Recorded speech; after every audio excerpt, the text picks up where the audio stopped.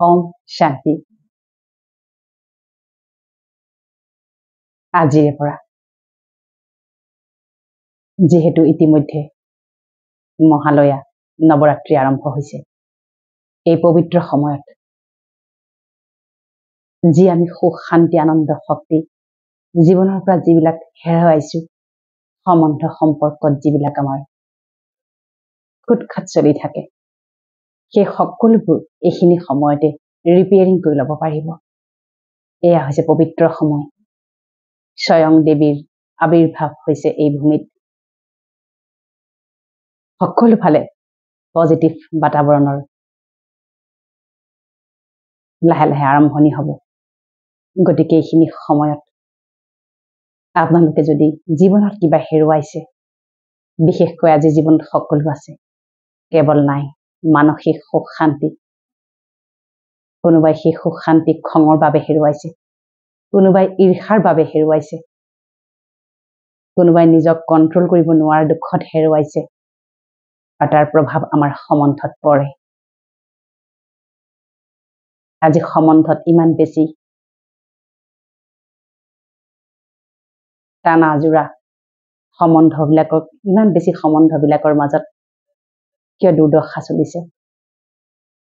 আমি আমাৰ আভ্যন্তৰীণ আৱেগক নিয়ন্ত্ৰণ কৰিব নোৱাৰাৰ বাবে। গতিকে এইখিনি সময়ত কিছুমান কাম একেবাৰে নকৰিব, যিবিলাক কৰিলে আপুনি জীৱনত থকা সুখ শান্তিও আপোনাৰ নোহোৱা হ'ব। প্ৰথম কথা হৈছে, 1 নম্বৰতে যদি পাৰে দশমীলৈকে দেৱীক বিসৰ্জন নিদিয়ালৈকে নিৰামিষ আহাৰ ভোজন কৰক, চেষ্টা কৰক। দ্বিতীয়তে যিমান পাৰে দিনটোত 2 বা 3 সময় মেডিটেশ্যন কৰক, ধ্যান কৰক, ৰাজযোগ কৰক।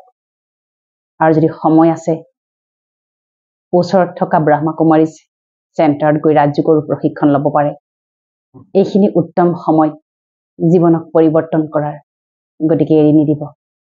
তৃতীয়তে এইকেইদিন যিমান পাৰে নিগেটিভিটিৰ পৰা নিজক সুৰক্ষা কৰক। নিগেটিভিটি মানে কি? য'ত উগ্ৰবাদ আছে, য'ত হাই হুলস্থুল আছে, য'ত আনৰ চৰ্চা নিন্দাই ঠাই পাইছে, তাৰ পৰা নিজকে অকলশৰীয়া কৰি মেডিটেশ্যন বা ধ্যান কৰক। আপোনাৰ জীৱনটোৰ কণ্ট্ৰলাৰ, আপোনাৰ জীৱনটোৰ আঁত ধৰোঁতা আপুনিয়ে, হয়নে? গতিকে এইখিনি সময়তে জীৱনটোক ৰিপেয়াৰ কৰি লওক। যাৰ খং বেছি, সি এই 10 দিন দশমীলৈকে শুই উঠিয়ে কেৱল এই সংকল্প লওক, মই শান্ত স্বৰূপ আত্মা হওঁ, শান্তি মোৰ স্বধৰ্ম, শান্তি মোৰ জনম সিদ্ধ অধিকাৰ, শান্তি মোৰ ব্যক্তিত্ব, শান্তি মোৰ স্বভাৱ সংস্কাৰ, মই শান্ত শীতল আৰু স্থিৰ, মোৰ মন বুদ্ধি শান্ত শীতল আৰু স্থিৰ, মই শান্তিৰ সাগৰ, পৰম পিতা পৰমাত্মা ঈশ্বৰ আল্লাহ গড ভগৱানৰ সন্তান হওঁ। প্ৰথম গিলাচ পানী সেই পৰমাত্মিক শক্তি, দিব্য শক্তিৰে শক্তিশালী কৰি সংকল্প লৈ পেলাই গ্ৰহণ কৰক, যাক আমি অমৃত পানী বুলিও কওঁ। যাৰ বাবে আমি মন্দিৰত গৈ পেলাই লাইন পাতো যে আমাক অলপ অমৃত পানী দিয়ক, পুষ্পজল দিয়ক। নিজেই সেই শক্তিৰে সংকল্পৰে সেই পানীক অমৃত কৰি লওক। তৃতীয়তে ঘৰখনৰ ভিতৰত যেনেকৈ পৰিস্থিতি নাহক, যিসকলে শুনি আছে, বিশেষকৈ মই আই মাতৃসকলক অনুৰোধ কৰিম, ঘৰত যিয়ে পৰিস্থিতি চলি নাথাকক কিয়, কেতিয়াও এইকেইদিন অন্ততঃ যুক্তি তৰ্ক বাদ বিবাদ, আনক বেয়াকৈ কোৱা, টান কথা কোৱা, আনৰ লগত সৰু সৰু কথাতে উদ্গীৰণ হৈ যোৱা, ইৰিটেশ্যনত থকা, খং কৰা, ঈৰ্ষা কৰা, বেয়া কথা কোৱা, বেয়া শব্দ লিখা ইত্যাদিৰ পৰা আপুনি নিজকে বিৰত ৰাখক। চেষ্টা কৰিবচোন, পাৰিব। আমি এতিয়া পূজা এটা বাহ্যিক যিবিলাক হয়, মণ্ডপ হয়, মূৰ্তি আহে, সেয়াটো বাৰু এটা বেলেগ ৰং ৰহস্য। কিন্তু আধ্যাত্মিক ফালে চাবলৈ গ'লে মহালয়াৰ পৰাই, বেলবৰণৰ পৰাই এই নৱৰাত্ৰিৰ যি পবিত্ৰ সময়, এই সময়ত আপুনি বহু বস্তু জীৱনৰ আপুনি সলনি কৰি পেলাব পাৰে, কেৱল ধ্যান তপস্যা সাধনা আৰু মেডিটেশ্যনেৰে। তৃতীয়তে সন্তানৰ ক্ষেত্ৰত অকমান সতৰ্ক হওক, সন্তানে ক'ত কি কৰি আছে, কাৰণ এইখিনি সময়ত সন্তানৰ প্ৰতি সতৰ্ক হোৱাটো অতি সাৱধান। পিতৃ মাতৃ সতৰ্ক হওক, তেওঁলোকক ৰাতিপুৱা সংকল্প দিয়ক, তুমি মাষ্টাৰ শক্তিশালী জ্ঞানী সৰ্বগুণ সম্পন্ন, তুমি ক্ষমাশীল দয়াশীল বিশাল অন্তৰ অধিকাৰী আত্মা, তুমি সফলতা মূলত সন্তুষ্টতা মূলত আত্মা, তুমি যেনেকৈ তুমি আমাৰ শ্ৰেষ্ঠ সন্তান, তোমাৰ বহুত ভাল হওক। নিৰাকাৰ পৰম পিতা পৰমাত্মা ঈশ্বৰ আল্লাহ গড ভগৱানৰ কৃপা দৃষ্টি আৰু আশীৰ্বাদ সদায় তোমাৰ চাৰিওফালে সুৰক্ষা চক্ৰ হৈ আছে, আজীৱন থাকিব। এইদৰে তেওঁলোকক শুভকামনা শুভভাৱনা দিয়ক। এইখিনি সময়ত আপুনি যি সংকল্প ল'ব সেয়া অধিক শতাংশ সফল হ'ব, সিদ্ধ হ'ব। তাৰোপৰি যিসকলে বহুদিন ধৰি বহু ৰোগত আক্ৰান্ত হৈ আছে, চিকিৎসা চলাই আছে, তেখেতসকলে ঔষধ নিয়মীয়াকৈ সেৱন কৰক আৰু লগতে নিজৰ বাবেও মানসিক শক্তি বৃদ্ধিৰ বাবেও সংকল্প লওক। মই নিৰোগী আত্মা, মই সুস্বাস্থ্যৱান নিৰোগী দীৰ্ঘায়ু আত্মা, মোৰ ৰোগ ক্ৰমান্বয়ে কমি গৈছে, মই মানসিকভাৱে আৱেগিকভাৱে শাৰীৰিকভাৱে সুস্থ সবল শক্তিশালী, মই শক্তিৰ সাগৰ পৰমাত্মাৰ সন্তান। তাৰোপৰি যিসকলৰ অকণ অকণ কথাতে খং উঠাৰ তীব্ৰ সংস্কাৰ আছে, সেইসকলে এইকেইদিন পৰাপক্ষত নিজক কণ্ট্ৰল ৰাখক, সন্তুলন ৰাখক, চেষ্টা কৰক নিজক সলনি কৰিবলৈ দেই। কাৰণ এইখিনি সময়ত আমি আনৰ বাবে যি শব্দ প্ৰয়োগ কৰিম, আনক আমি যি কম, সেয়া চিধাকৈ আহি আমাৰ লগতে সিদ্ধ হ'ব। মহানজনে কৈ গৈছিল হয়নে, যে ওপৰলৈ থোৱালে নিজৰ মুখতে আমাৰ প্ৰথমতে পৰিব। তাৰ মানে কি, যাৰ বাবে আমি যি লিখিম, যি চিন্তন কৰিম, যেনেকৈ কম, সেয়া সকলো সৰ্বপ্ৰথমে পোৱাজনক আঘাত কৰিব, এটেক কৰিব, তাৰ পিছতহে বেলেগলৈ যায় নাযায়। সেইটো নিৰ্ভৰ কৰিব যাৰ বাবে পঠিয়াইছে তেওঁ কিমান পজিটিভ বা তেওঁ কিমান নেগেটিভ। নেগেটিভ আত্মাক সহজে নেগেটিভিটি আক্ৰমণ কৰে। আপুনি পজিটিভ হৈ থাকক, নিজক সুৰক্ষা কৰক আৰু এইকেইদিনতে সেই সুৰক্ষা চক্ৰটো আপুনি বনাই ৰাখক। চতুৰ্থতে, আপোনাৰ ঘৰ সংসাৰত বহু আত্মা ইতিমধ্যে শৰীৰ ত্যাগ কৰিছে। সেই সকলো আত্মালৈ এইকেইদিন অন্তঃকৰণৰে শ্ৰদ্ধাঞ্জলি জ্ঞাপন কৰিব। হে আত্মা, তুমি য'তেই আছা, সুখ শান্তি আনন্দ শক্তি পবিত্ৰতাৰে দিব্যমান হৈ আছা, তুমি সমস্ত বিকৰ্মৰ পৰা উদ্ধাৰ হৈ আছা, তুমি য'তেই আছা বহুত শান্তিত আছা। আমাৰ শুভকামনা শুভভাৱনা সদায় তোমাৰ লগত আছে, আজীৱন থাকিব। ৰাতিপুৱা অমৃত বেলাৰ মেডিটেশ্যন মিছ নকৰিব। এইকেইদিন যিমান পাৰে 3টা বজাত উঠক। প্ৰকৃতি 100% পজিটিভ হৈ থাকিব। স্বয়ং দেৱী এই ধৰাত আছে বুলি আমাৰ যি মনে কয় বা পৌৰাণিক কালৰ পৰা যি প্ৰথা চলি আহিছে, তাৰ উচিত আপোনালোকে লাভ লওক। মহামৃত্যুঞ্জয় মন্ত্ৰ স্মৰণ কৰিব। যিসকলে ভক্তি মাৰ্গত আছে, দুৰ্গা চালিচা, যি চালিচা বা যেনেকুৱা ধৰণৰ মন্ত্ৰ আপোনালোকে উচ্চাৰণ কৰক। ভাত বনাওঁতে, ভোজন বনাওঁতে, আহাৰ গ্ৰহণ কৰোঁতে এনেকৈ বনাওক যেন আপুনি এই পৃথিৱীত ঈশ্বৰৰ কাৰণে আপুনি ভোগ বনাই আছে। আৰু সেইটো তেতিয়াহে সম্ভৱ হ'ব যেতিয়া আপুনি সাত্বিক আহাৰ গ্ৰহণ কৰিব। আৰু এইকেইদিন যদি কাৰোবাক ক্ষমা কৰি দিবলগীয়া আছে, যাৰ কথাই আপোনাক বহুত দিন ধৰি ডিষ্টাৰ্ব কৰি আছিল, বিশেষকৈ পৰিয়ালত আমাৰ এখন শীতল যুদ্ধ চলি থাকে আৰু যাৰ ফ্ৰাষ্ট্ৰেশ্যন আমি ঘৰখনত উলিয়াব নোৱাৰি, আজিকালি আমি য'তে ত'তে সামাজিক প্লেটফৰ্মতো উলিওৱা দেখা গৈছে, হয়নে? যিসকলে অতি বেয়াকৈ লিখে বা শব্দৰ প্ৰয়োগ কৰে, সেইসকলে আচলতে ভিতৰি বহুত দিনৰ পৰা ফ্ৰাষ্ট্ৰেশ্যনত থাকে। কিয়? কাৰণ ঘৰ সংসাৰৰ পৰিয়ালত যেতিয়া আমাৰ সম্বন্ধবোৰ খুব ভাল হ'ব, যেতিয়া আমাৰ ইজনে সিজন আত্মাৰ প্ৰতি শ্ৰদ্ধা, নিস্বাৰ্থ প্ৰেম আৰু সন্মান থাকিব, তেতিয়া প্ৰতিজন আত্মাই সন্তুষ্টতাৰে জীৱন যাপন কৰিবলৈ সমৰ্থ হয়।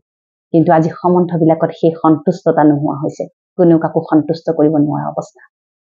গতিকে যিসকলে এই ভিডিঅ'টো শুনি আছে তেওঁলোকে সন্তুষ্ট কৰাৰ দায়িত্ব লওক সদায় ক'ব মই পৰম সন্তুষ্টতা মূৰত আত্মা হওঁ মই সকলোকে বহুত ভাল পাওঁ মোৰ কাৰোৰে প্ৰতি কোনো আক্ষেপ নাই যদি কোনোবাই মোক বেয়াকেও কৈছিল বহুত বেয়া বাক্যবান কৰিছিল মোৰ লগত শত্ৰুতা কৰিছিল ঈৰ্ষা কৰিছিল গালি দিছিল মই সকলোকে আজি ক্ষমা দান কৰিছো মই তেওঁলোকক অজ্ঞানী বুলি ভাবিয়ে ক্ষমা দান কৰিছো একো নহয় তেওঁলোকে নাজানে কাৰণেহে কৰিছিল এই ভাৱনাৰে সকলোকে ক্ষমা দান কৰক দে সকলোকে ক্ষমা কৰি দিয়ক আপোনাৰ আত্মাত কোনো ধৰণৰ কলুষিতা নাৰাখিব কাৰো বাবে কোনো নিগেটিভিটি নাৰাখিব দে এইকেইদিন কিন্তু এইখিনিৰ প্ৰতি আপুনি খুব সতৰ্ক হ'ব নিজকে অকলশৰীয়া কৰক যিমান পাৰে সাইড কাটক আৰু মেডিটেশ্যন কৰক যেতিয়া মণ্ডপলৈ যাব দেৱীৰ ওচৰলৈ কেৱল ফুল তুলসী দি থৈ আহিলে নহ'ব তাতো গৈ 5 মিনিট সংকল্প মই মাষ্টাৰ শক্তিশালী হে দেৱী মই তোমাৰ দৰে শক্তিশালী মই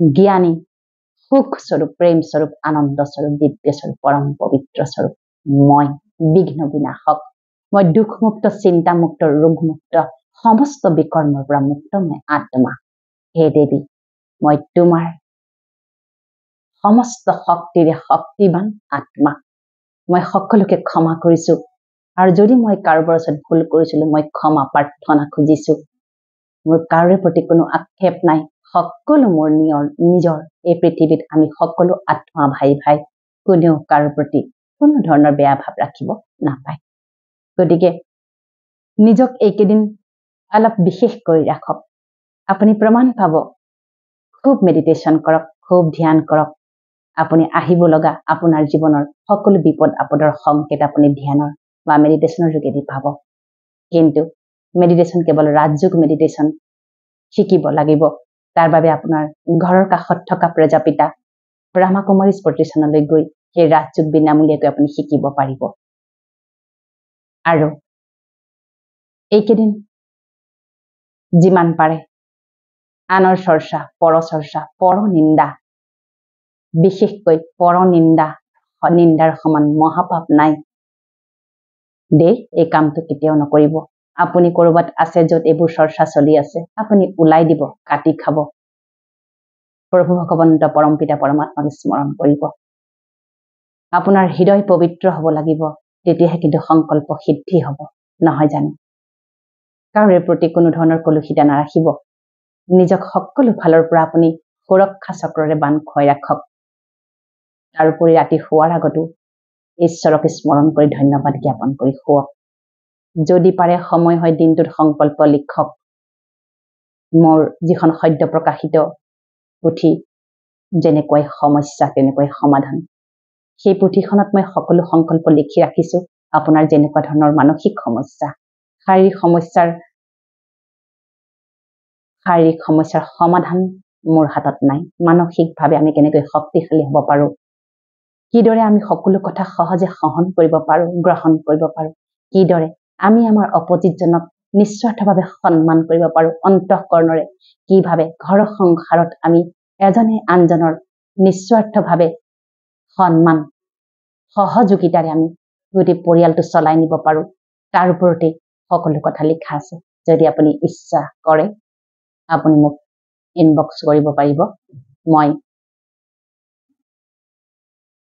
চেষ্টা কৰিম কিতাপখন পঠাই দিবলৈ গতিকে সকলোতকৈ ইম্পৰ্টেণ্ট কি জানেনে জীৱনত আপুনি নিজে নিজৰ বাবে নহয় জানো আপুনি সুস্থ থাকিলেহে সকলোকে সুস্থভাৱে আপুনি পৰিচালনা কৰিব পাৰিব পালনা কৰিব পাৰিব নহয় জানো গতিকে আপুনি নিজক 100% সকলো ফালৰ পৰা কেতিয়া আপুনি সুস্থ হ'ব মানসিকভাৱে যেতিয়া আপুনি নিজে অকমান নিজক সময় দিব মেডিটেশ্যন কৰিব সাধনা কৰিব ধ্যান কৰিব ধ্যানে কি কৰে ধ্যানে আমাৰ ইনটিউটিভ পাৱাৰটোক বঢ়াই দিয়ে আপুনি যিমান ধ্যান কৰিব আপুনি গম পাব আপোনাৰ জীৱনলৈ অহা বিপদৰ সংকেত আপুনি নিজে পাব আপোনাৰ সেই বিবেচনা জাগি উঠিব থাৰ্ড আই তৃতীয় নেত্ৰ ষষ্ঠ ইন্দ্ৰিয় অনবৰতে এক্টিভ হৈ থাকিব আপুনি জানিব যে মই ঠাইলৈ যোৱাটো উচিত নে অনুচিত সেই সংকেত আপুনি আগতেই পাব তাৰ বাবে কিন্তু সাধনা লাগিব মেডিটেশ্যন লাগিব গতিকে এই পবিত্ৰ ক্ষণত সকলোৱে নিজক প্ৰস্তুত কৰক নতুন জীৱন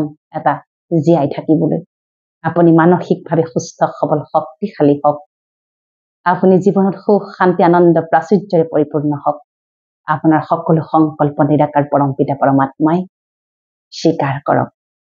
এই শুভকামনাৰে, এই শাৰদীয় শুভকামনাৰে মই শব্দৰ পৰা বিৰাম লৈছো। ওম শান্তি।